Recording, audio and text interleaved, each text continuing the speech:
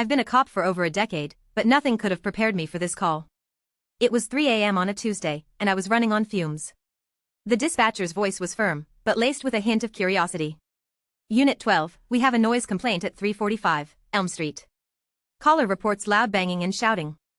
I arrived at the scene, and the house was indeed loud. I could hear muffled voices, but they weren't quite arguing. It sounded more like a heated discussion. I knocked on the door, and it swung open immediately.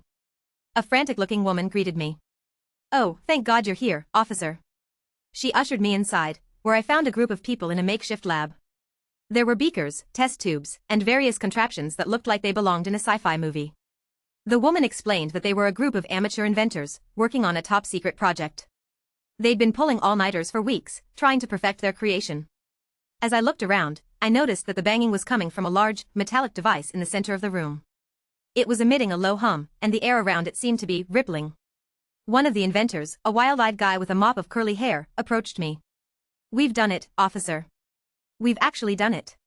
He gestured to the device, and I felt a shiver run down my spine. "What is this thing?"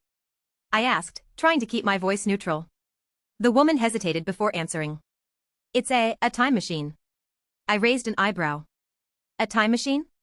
The curly-haired guy nodded enthusiastically. "We've been testing it for weeks, and we finally got it working." I felt like I'd stepped into a parallel universe. "And what makes you think this thing is safe?" I asked, trying to hide my skepticism. The woman smiled nervously. "Well, we've run countless simulations, but we did have a bit of a mishap earlier tonight." My ears perked up. "What kind of mishap?" The group exchanged nervous glances. "One of our team members disappeared." My gut dropped. "Disappeared?" The woman nodded. "We were testing the machine, and he stepped inside.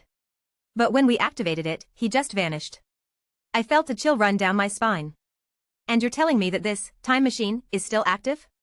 The group nodded in unison, their eyes wide with excitement and fear. I knew I had to act fast.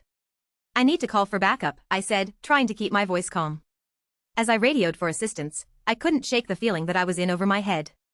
And then, just as I was about to finish my call, the machine whirred to life.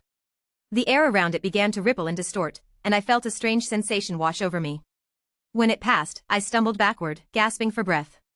The group was staring at me in horror. "Officer, I think you've been exposed," the woman whispered. I stumbled out of the house, into the cool night air, wondering what had just happened. Had I really traveled through time? And if so, what did it mean for my future?